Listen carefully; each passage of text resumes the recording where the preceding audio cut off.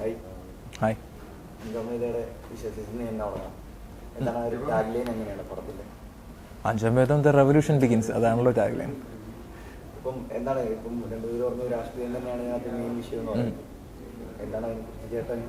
രാഷ്ട്രീയം എന്ന് പറയുന്ന വിഷയം എന്നെ സംബന്ധിച്ചോളം ഓരോ മനുഷ്യനും ഓരോ റെവല്യൂഷൻ ഉണ്ട്. ഇപ്പോൾ താങ്കൾക്കൊരു ടൈപ്പ് ചിന്താഗതി ഉണ്ടാവും, ഒരു ഐഡിയോളജി ഉണ്ടാവും, എനിക്ക് എൻ്റേതായ ഒരു ഇതുണ്ടാവും.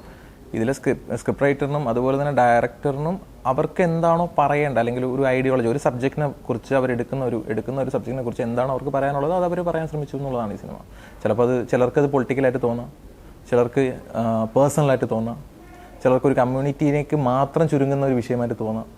It depends, person to person ആണ്, ഡിപ്പെൻസ്, അങ്ങനെ മാറിക്കൊണ്ടേയിരിക്കും. ഇതൊരു ഫീമെയിൽ ഓറിയന്റഡ് മൂവിയാണ്. നമ്മൾ ധാരാളം പടങ്ങൾ മലയാളത്തിൽ ഒരു ഫീമെയിൽ ഓറിയന്റഡ് പടം ഇറങ്ങിയിട്ടുണ്ടെന്നോ ഇല്ലെന്നോ? ഇറങ്ങിയിട്ടുണ്ട്. അപ്പം അതിൽ എന്ത് ഡിഫറൻസ് ആണ് ഈ പടത്തിനുള്ളത്? ഇതിൻ്റെ കോണ്ടന്റ് തന്നെയാണ് ഇതിൽ വ്യത്യാസം. കാരണം ഞാൻ അത്യാവശ്യം നല്ല രീതിയിൽ സിനിമകൾ കാണുന്ന ഒരാളാണ്. ഇപ്പോൾ ഞാൻ റെഫറൻസ് എടുക്കാനായിട്ട് അത്യാവശ്യം നല്ല മലയാള സിനിമകൾ, തമിഴ് സിനിമകളെല്ലാം കാണും. എനിക്ക് കൂടുതൽ തമിഴാണ് ഇഷ്ടം പേഴ്സണലി, ബട്ട് എല്ലാ സിനിമകളും കാണും. ഇൻ കേസ് എനിക്ക് തെലുങ്ക് മനസ്സിലാവില്ല പെട്ടെന്ന്, അതിൻ്റെ തമിഴ് ഡബ്ഡ് വേർഷനും ഞാൻ ഇരുന്ന് കാണും. പക്ഷെ കണ്ട ഈ റീസെൻ്റ് എന്നല്ല, ഞാൻ ഇതുവരെ കണ്ടതിൽ ഈ ഒരു ടൈപ്പിൽ ഈ ഒരു കോണ്ടന്റിനെ കൊണ്ടുപോകുന്നൊരു സിനിമ കണ്ടിട്ടില്ല മുന്നേ. കാരണം ഇങ്ങനത്തെ ഒരു സബ്ജക്റ്റ് ഉണ്ട്, ഇതിനെപ്പറ്റി പലർക്കും, ഞാൻ ഈ സ്ക്രിപ്റ്റ് വായിക്കുന്ന സമയത്ത് എനിക്ക് ഡൗട്ട് തോന്നി, ഇതെന്താ സംഭവം ഇങ്ങനെ. അപ്പോൾ എനിക്കറിയാവുന്നവരടുത്ത് വിളിച്ച് അന്വേഷിക്കുമല്ലോ, എടാ ഇങ്ങനെ സംഭവം ഉണ്ടോ? സംഭവം അറിയില്ല, ഒന്ന് ചെക്ക് ചെയ്യണമെന്ന് പറയാം. ചെക്ക് ചെയ്താൽ സംഭവം ഉണ്ട്, പക്ഷേ ഇതാരും അങ്ങനെ യൂസ് ചെയ്തിട്ടോ അല്ലെങ്കിൽ അങ്ങനെ ഉപയോഗിച്ചിട്ടൊന്നും കണ്ടിട്ടില്ല. അപ്പോൾ ഉള്ളൊരു സബ്ജക്റ്റ്, അതായത് നമ്മളുടെ ഇടയിൽ തന്നെ ഉള്ളൊരു സബ്ജക്റ്റ്, എന്നാൽ നമുക്ക് അറിയാത്ത അല്ലെങ്കിൽ നമ്മൾ മറന്നു പോകുന്ന അല്ലെങ്കിൽ നമുക്ക് അതിനോടുള്ള നോളജ് ഇല്ലാത്തൊരു സബ്ജക്റ്റ് പുറത്ത് കൊണ്ടുവന്ന് അതിനെപ്പറ്റി പറയുന്ന ഒരു സംഭവമാണ്. ഇതൊരു മെസ്സേജ് സിനിമ എന്ന് ചോദിച്ചാൽ അങ്ങനെയല്ല, ഒരു എൻ്റർടൈനർ തന്നെയാണ്. നമ്മളൊരു സിനിമയ്ക്ക് വേണ്ട എന്താണോ നമുക്ക് കൊടുക്കാൻ പറ്റുന്നത് അത് കൊടുത്തിട്ട് തന്നെയാണ് ഇത് ചെയ്തേക്കുന്നത്. അതങ്ങനെയാണല്ലോ, നമ്മുടെ ഓഡിയൻസ് എപ്പോഴും സിനിമ കാണാൻ വരുന്നത് ഒരു മെസ്സേജിന് വേണ്ടി മാത്രമൊന്നുമല്ല. മെസ്സേജ് നമ്മൾ ആ എൻ്റർടൈൻമെൻറ്റ് എന്ന് പറയുന്ന ഒരു പ്രോസസ്സിലൂടെ കൊടുക്കുന്നു എന്ന് മാത്രം. എല്ലാ സിനിമകൾക്കും മെസ്സേജ് വേണമെന്ന് നിർബന്ധമില്ല. പക്ഷേ ഇതിലൊരു മെസ്സേജ് ഉണ്ട്, ഒരു സ്ട്രോങ് കോണ്ടന്റ് തന്നെ ഉണ്ട്. അപ്പോൾ അത് ഒരു എൻ്റർടൈൻമെൻറ്റ് രീതിയിൽ കൊടുക്കുന്നു എന്ന് മാത്രമേ ഉള്ളൂ. ഈ ഒരു കണ്ടന്റ് തന്നെ നോക്കുമ്പോഴത്തേനും അതിൻ്റെ ഒരു ബേസ് അത്രയ്ക്ക് സ്ട്രോങ് ആയിരിക്കണം. അല്ലെങ്കിൽ അറിയാലോ, നമ്മുടെ ഇൻഡസ്ട്രിയാണ്, മലയാളമാണ്. അതോ അറിയാം, കറക്റ്റായിട്ട് അറിയാം. ഒന്നുമില്ലെങ്കിൽ എന്തെങ്കിലും ഒരു ബേസ് സാധനം ഇല്ലെന്നുണ്ടെങ്കിൽ കംപ്ലീറ്റ് പൊളിഞ്ഞു പോകും. മലയാളം എന്ന് പറയുമ്പോൾ ഓഡിയൻസ് അത്രയും സ്ട്രോങ് ആണ്, അത്രയും എന്താ പറയുക, സിനിമ എന്ന് പറയുന്ന ഒരു മീഡിയത്തെ അത്രയും ഒരു സ്ട്രോങ് മീഡിയമായിട്ട് കാണുകയും കൺസീവ് ചെയ്യുന്ന ആൾക്കാരാണ്. പ്രത്യേകിച്ച് നമ്മുടെ ഈ കോവിഡ് സിറ്റുവേഷന് ശേഷം ഒരുപാട് അവർ സിനിമ, അതിൻ്റെ ടെക്നോളജി, അതെങ്ങനെയാണ് യൂസ് ചെയ്യുന്നത്, യൂറോപ്യൻ സിനിമ, ഹോളിവുഡ് സിനിമ എല്ലാം അവരിരുന്ന്, കാരണം ആ ഒരു ഒരു വർഷമൊക്കെ പോയിട്ടുണ്ടാവില്ലേ കോവിഡ്, അത്രയും സമയക്കാലം ഇത് തന്നെയാണ് ഫുള്ള് സിനിമകളിരുന്ന് കാണുക, വീട്ടിലിരിക്കുക എന്നുള്ള പരിപാടി ആയതുകൊണ്ട് ഓഡിയൻസ് ഞാൻ മനസ്സിലാക്കിയ ഒരു 10 വർഷം മുന്നേ സഞ്ചരിച്ചു തുടങ്ങിയപ്പോൾ. അപ്പോൾ സ്വാഭാവികം പ്രത്യേകിച്ച് മലയാളം, അവിടെ നമ്മൾ ഒരു സിനിമ ചെയ്യുമ്പോൾ ഒരുപാട് ചലഞ്ചസ് ഉണ്ട്. ഓഡിയൻസ് എത്രത്തോളം ഇത് അക്സെപ്റ്റ് ചെയ്യും എന്ന് പറയാൻ പറ്റില്ല. പിന്നെ ഇപ്പോൾ ഒരു തിയേറ്ററിലേക്ക് പോകുന്ന കൾച്ചർ കുറഞ്ഞു തുടങ്ങി. പക്ഷേ നമുക്ക് എല്ലാവരും സിനിമ ചെയ്യുന്ന തിയേറ്റർ കോണ്ടന്റ് തന്നെയാണ്, അല്ലെങ്കിൽ തിയേറ്ററിന് വേണ്ടി തന്നെയാണ്. ഇപ്പോൾ ഒരു 2-3 വർഷമായിട്ടുള്ള OTT സിനിമകൾ എന്ന് പറയുന്ന ഒരു ടേം തന്നെ ഞാൻ കേൾക്കുന്നത്. അതെന്താണ് OTT സിനിമ, തിയേറ്റർ സിനിമ? അങ്ങനെയൊന്നുമില്ല. സിനിമ അത് നമ്മൾ പൊതുവേ നമ്മുടെ ഒരു കൾച്ചർ പ്രകാരം തിയേറ്ററിൽ ഇറക്കുന്നു. അത് കഴിഞ്ഞ് OTT നല്ലൊരു പ്ലാറ്റ്ഫോമാണ്. പക്ഷേ OTT സിനിമ, തിയേറ്റർ സിനിമ അങ്ങനെയൊന്നുമില്ല. ഞാൻ കാണുന്ന എല്ലാ സിനിമകളും വേണമെങ്കിൽ തിയേറ്ററിൽ ഇറക്കാം, OTT-ലും കൊണ്ടിറക്കാം, ഒരു പ്രശ്നമില്ല. ഇപ്പം നമ്മുടെ മലയാളികൾക്ക് പൊതുവെ ഒരു സ്വഭാവം ഉണ്ടല്ലോ, നമ്മുടെ നാട്ടിലൊരു പടം ഇറങ്ങിക്കഴിഞ്ഞാൽ അല്ലെങ്കിൽ നമ്മുടെ ഭാഷയിലൊരു പടം ഇറങ്ങിക്കഴിഞ്ഞാൽ അത് ചിലപ്പം അംഗീകരിക്കാൻ ബുദ്ധിമുട്ടായിരിക്കും. അതായത് അന്യഭാഷയിൽ ഇറങ്ങിക്കഴിഞ്ഞാൽ ചിലപ്പം ഈ ഒരു സിനിമ തന്നെ ഒരു അന്യഭാഷയിൽ വന്നു കഴിഞ്ഞാൽ അത് അംഗീകരിക്കും. അങ്ങനെയില്ല. കാരണം ഞാൻ മനസ്സിലാക്കിയിടത്തോളം സംഭവം എന്ന് പറഞ്ഞാൽ അന്യഭാഷയിൽ ഇറങ്ങുന്നത് കൊണ്ടല്ല. അന്യഭാഷ, അതായത് ഫോർ എക്സാമ്പിൾ ഇപ്പോൾ തമിഴാണ് പറയുന്നത്, അവർ ഇൻഡസ്ട്രി അത്രയും വൈഡാണ്.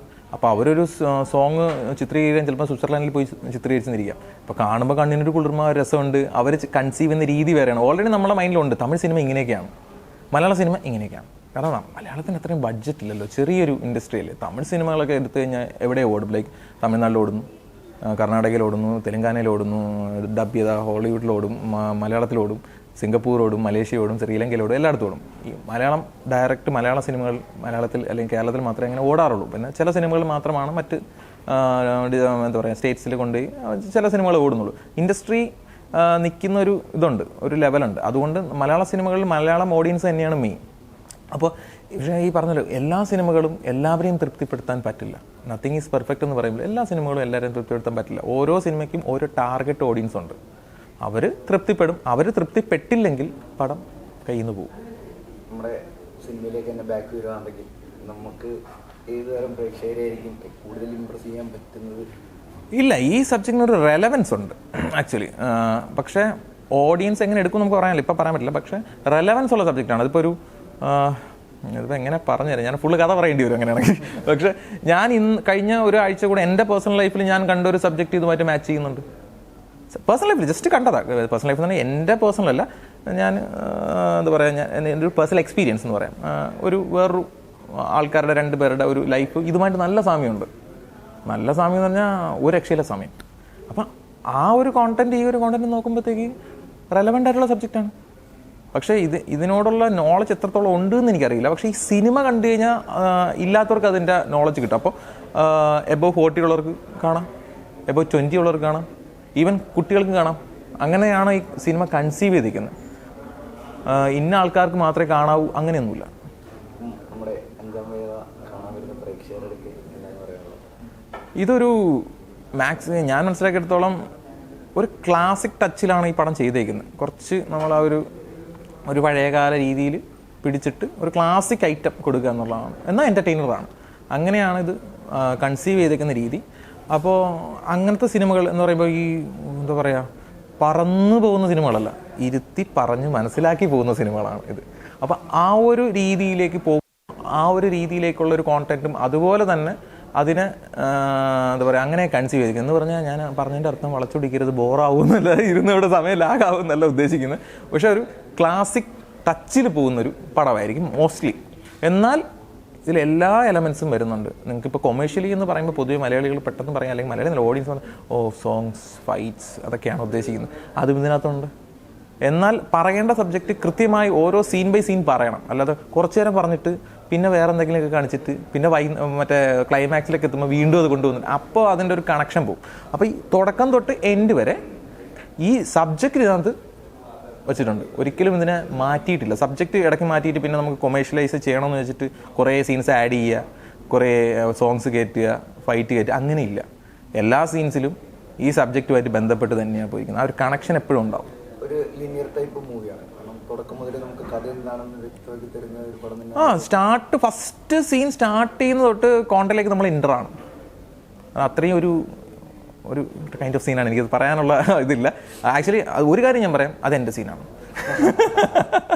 അത്ര എനിക്ക് പറയാൻ പറ്റുള്ളൂ, അതിലപ്പുറം എനിക്കത് പറയാൻ പറ്റില്ല. പക്ഷെ അവിടം തൊട്ട് പടത്തിലേക്ക് എൻ്റർ ആവുകയാണ് നിങ്ങൾ അതിൻ്റെ എൻഡ് വരെ. കാരണം 2 രീതിയിൽ പോകുന്നുണ്ട്. മൾട്ടിപ്പിൾ ജോൺറയാണ് ഇത് വരിക എന്ന് പറയുമ്പോൾ ഒരു ഇമോഷണൽ രീതിയിൽ പോവുക എന്ന് മാത്രമല്ല, അതനുസരിച്ച് അത് മറ്റൊരു ജോൺറയിലേക്ക് കുറച്ച് ചെയ്യുമ്പോഴത്തേക്ക് മാറും. ഇത് എപ്പോൾ മാറിയാലും ഏത് ജോൺറയിൽ പോയാലും കോണ്ടന്റ് കൈവിട്ട് പോകുന്നില്ല. കോണ്ടന്റ് അവിടെ തന്നെ ഉണ്ട്. അതാണ്. പിന്നെ നമുക്ക് പറയാനുള്ള ചേട്ടൻ്റെ റോളിനെ കുറിച്ചാണ്. എങ്ങനെ ചേട്ടൻ്റെ റോളിനെ കുറിച്ചിട്ടാണ് ചോദിക്കാനുള്ളത്. എന്താണ് റോൾ എന്നാണ് ഈ പറഞ്ഞത്? മെയിൻ ക്യാരക്ടേഴ്സിലൊന്നാണ് ഒരു നെഗറ്റീവ് ഷെയ്ഡ് എന്ന് വേണമെങ്കിൽ നമുക്ക് പറയാം. പക്ഷേ ഇന്നത്തെ കാലത്ത് എനിക്ക് അങ്ങനെ നെഗറ്റീവ് പോസിറ്റീവ് ഒന്നുമില്ല. ചിലർക്ക് ചില ക്യാരക്ടേഴ്സിന് ഇഷ്ടപ്പെടാറുണ്ട്. അപ്പോൾ അത് നെഗറ്റീവ് ഒരുപാട് സിനിമകൾ ഇപ്പോൾ അതൊരു രസം, ഇപ്പോൾ ഒരു ട്രെൻഡായി കഴിഞ്ഞു. ബ്രഹ്മയുഗം ബ്രഹ്മയുഗത്തിൽ മമ്മൂക്ക ചെയ്തേക്കുന്നത് പറയുന്നത് നെഗറ്റീവ് ഷെയ്ഡാണ്. പക്ഷേ സിനിമ കഴിഞ്ഞിറങ്ങുമ്പോൾ എല്ലാവരുടെ മനസ്സിലും ഒരു പേരേ ഉള്ളൂ, മമ്മൂക്ക. അതുപോലെ നെഗറ്റീവ് ഷെയ്ഡ് എന്ന് പറയുന്നത് എന്നെ സംബന്ധിച്ചോളം വളരെ നല്ല രീതിയിൽ നമുക്ക് ക്യാരക്ടറിലേക്ക് ഇറങ്ങാൻ പറ്റുന്ന ക്യാരക്ടേഴ്സ് പല രീതിയിലും ഉണ്ട്. നെഗറ്റീവ് ഷെയ്ഡ് എന്നോട് ഈ സ്ക്രിപ്റ്റ് ആദ്യം പറയുമ്പോൾ ബിനീഷേട്ടൻ വിളിച്ച് പറയുന്നത്, എടാ നല്ല നമ്മുടെ കിരീടം സിനിമയൊക്കെ ഇല്ലേ, നല്ല കീരിക്കാടൻ ജോസ് എന്ന് പറയുന്ന ക്യാരക്ടറിന് ഒരു ഇമ്പാക്റ്റ് ഉണ്ട്. അതേപോലത്തെ അല്ല ക്യാരക്ടർ ഇത്, പക്ഷേ ഇമ്പാക്റ്റ് ഉണ്ട്. അതുപോലെ ഇമ്പാക്റ്റ്ഫുൾ ആയിട്ടുള്ള രീതിയിലാണ് ഇത് സ്ക്രിപ്റ്റ് ചെയ്തേക്കുന്നത്. നിനക്ക് ചെയ്യാൻ പറ്റുമോ ഇല്ലയോ, നോക്കാം ചേട്ടാ. പക്ഷേ സ്ക്രിപ്റ്റ് ചെന്ന് വായിച്ചപ്പോഴത്തേക്ക് വന്നു പറഞ്ഞാൽ ആകെ കിളി പറന്നുപോയി. കാരണം പെട്ടെന്ന് നമുക്ക് തന്നെ ഡൗട്ട്, അയ്യോ കൈ നിൽക്കുമോ എന്നുള്ള രീതിയിലാണ്. അത്രയ്ക്ക് ഇൻറ്റൻസ് ആയിട്ടാണ് ഇത് എഴുതിയിരിക്കുന്നത്. ഈ ക്യാരക്ടർ, ഈ പർട്ടിക്കുലർ ക്യാരക്ടർ ഞാൻ മനസ്സിലാക്കി. ഞാൻ സ്ക്രിപ്റ്റ് ഫുള്ള് വായിച്ചു. ഒരു പേഴ്സണൽ ഒപ്പീനിയൻ പറയുകയാണെങ്കിൽ ഏറ്റവും ഇമ്പാക്റ്റ് ചെയ്യുന്ന ക്യാരക്ടർ, അല്ലെങ്കിൽ ഏറ്റവും ഇമ്പാക്റ്റ്ഫുള്ളായിട്ട് എഴുതിയിരിക്കുന്ന ക്യാരക്ടർ അഷ്റഫ് എന്ന് പറഞ്ഞ ക്യാരക്ടറാണ്. അപ്പോൾ അത് തന്നെയാണ് ഓക്കെ, എന്നാൽ പിന്നെ രണ്ടും കൽപ്പിച്ച് നോക്കാം എന്നുള്ളത്. കാരണം അത്രയും റിസ്ക് ഉള്ള ക്യാരക്ടറാണ്, അതുകൊണ്ടാണ്. കാരണം നമുക്ക് എപ്പോഴും നോട്ടബിളായിട്ട് വരുന്നത്, അല്ലെങ്കിൽ പ്രേക്ഷകർ ഓൾമോസ്റ്റ് എല്ലാവരും നോട്ടബിളായിട്ട് ചെയ്യുന്ന ഒരു ക്യാരക്ടേഴ്സ് എന്ന് പറയുമ്പോൾ ഈ നെഗറ്റീവ് ഷെയ്ഡുള്ള ക്യാരക്ടേഴ്സ് ഭയങ്കരമായിട്ട് എപ്പോഴും നോട്ടഡ് ആയിരിക്കും. അങ്ങനെ ഇല്ല, പോസിറ്റീവ് ക്യാരക്ടേഴ്സ് നോട്ട് ചെയ്യുന്നവരുണ്ട്. ഇപ്പോഴത്തെ കാലത്ത് നമ്മൾ ക്യാരക്ടർ റോൾ വരുമ്പോഴത്തേനും എങ്ങനെയൊക്കെയാണെന്നൊരു വില്ലൻ പണ്ടത്തെ പോലെ ഇല്ലല്ലോ. കാരണം പണ്ടത്തെ ഹീറോ എന്ന് വെച്ചാൽ ഹീറോ, വില്ലൻ എന്ന് വെച്ചാൽ ഇന്നെല്ലാം കഥാപാത്രങ്ങളാണ്. കഥാപാത്രങ്ങളെ ആൾക്കാർ കാണുന്നുള്ളൂ. അതാ പറഞ്ഞ ആ മാറി വന്ന കൾച്ചറില്ലേ, ആ മാറി വന്ന കൾച്ചർ വരുമ്പോഴത്തേക്ക് സിനിമ എന്ന് പറഞ്ഞാൽ hero oriental, female oriental, villain oriental അങ്ങനെയൊന്നുമില്ല. എല്ലാം കഥാപാത്രങ്ങൾ. ഈ കഥാപാത്രങ്ങളിൽ ഏത് കഥാപാത്രം പ്രേക്ഷകന്റെ മനസ്സിൽ തങ്ങി നിൽക്കുന്നു എന്ന് മാത്രമേ ഇപ്പൊ പ്രേക്ഷകൻ നോക്കുന്നുള്ളൂ.